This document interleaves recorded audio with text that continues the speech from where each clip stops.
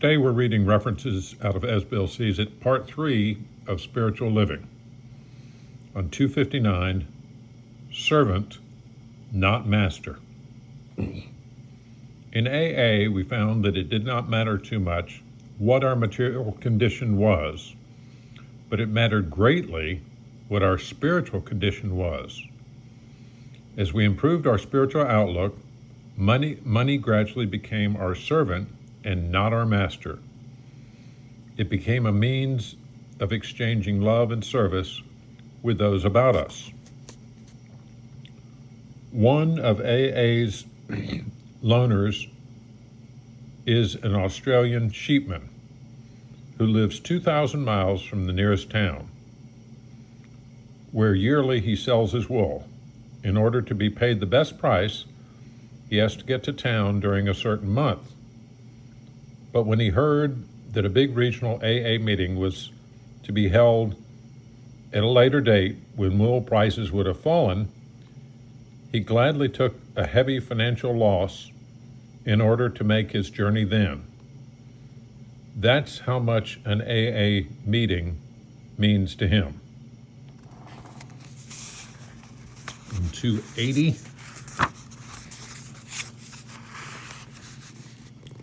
spiritually fit. Assuming we are spiritually fit, we can do all sorts of things alcoholics are not supposed to do. People have said we must not go where liquor is served. We must not have it in our homes. We must shun friends who drink. We must avoid moving pictures that show drinking scenes. We must not go into bars. Our friends must hide their bottles if we go into their houses. We mustn't think or be reminded about alcohol at all. Our experience shows that this is not necessarily so. We meet these conditions every day. An alcoholic who cannot meet them still has an alcoholic mind. There is something the matter with his spiritual status. His only chance for sobriety will be someplace like the Greenland ice cap, and even there, an Eskimo might turn up with a bottle of scotch and ruin everything. 287. Aspects of spirituality. Among AAs, there is still a vast amount of mix-up respecting what is material and what is spiritual. I prefer to believe that it is all a matter of motive. If we use our worldly possessions too selfishly, then we are materialists. But if we share these possessions in helpfulness to others, then the material aids the spiritual. The idea keeps persisting that the instincts are primarily bad and are the roadblocks before which all spirituality falters. I believe that the difference between good and evil is not the difference between spiritual and instinctual man. It is the difference between proper and improper use of the instinctual. Recognition and right channeling of the instinctual are the essence of achieving wholeness.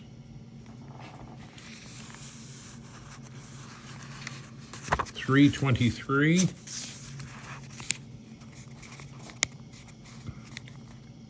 Groping toward God.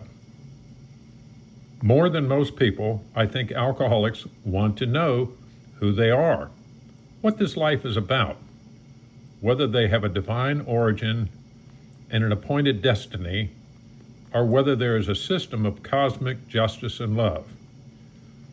It is the experience of many of us in the early stages of drinking to feel that we had glimpses of the absolute and heightened feeling of identification with the cosmos. While these glimpses and feelings doubtless have a validity, they are deformed and finally swept away in the chemical, spiritual, and emotional damage wrought by alcohol itself. In AA and in many religious approaches, alcoholics find a great deal more of what they merely glimpsed and felt while trying to grope their way toward God in alcohol.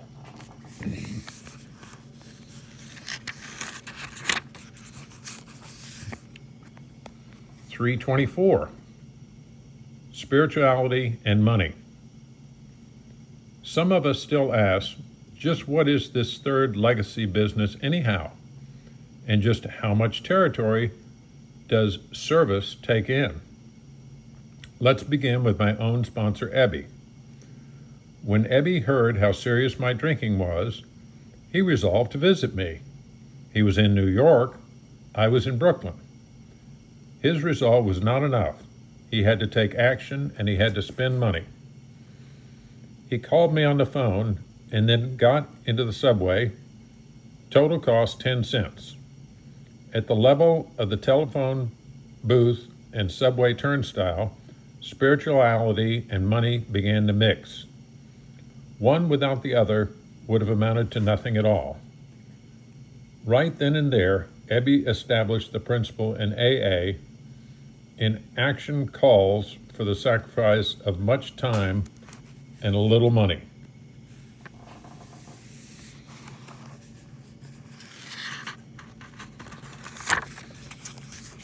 (330) To grow up.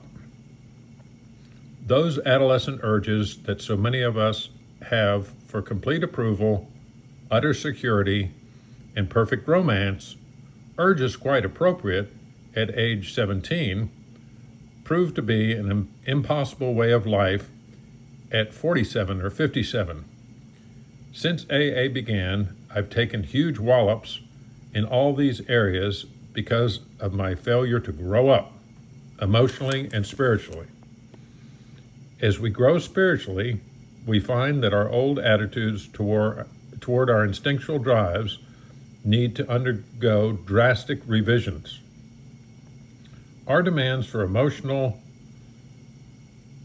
security and wealth, for personal prestige and power, all have to be tempered and redirected. We learn that the full satisfaction of these demands cannot be the sole end and aim of our lives.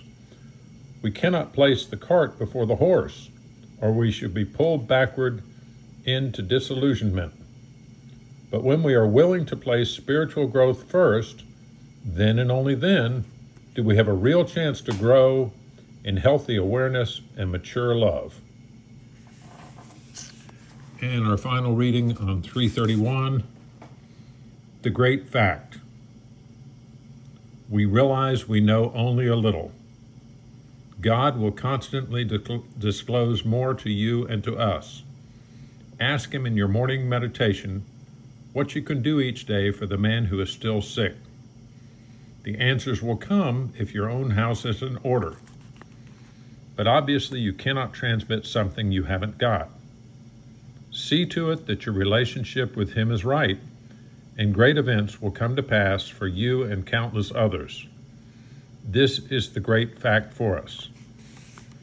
To the newcomer, abandon yourself to God as you understand God.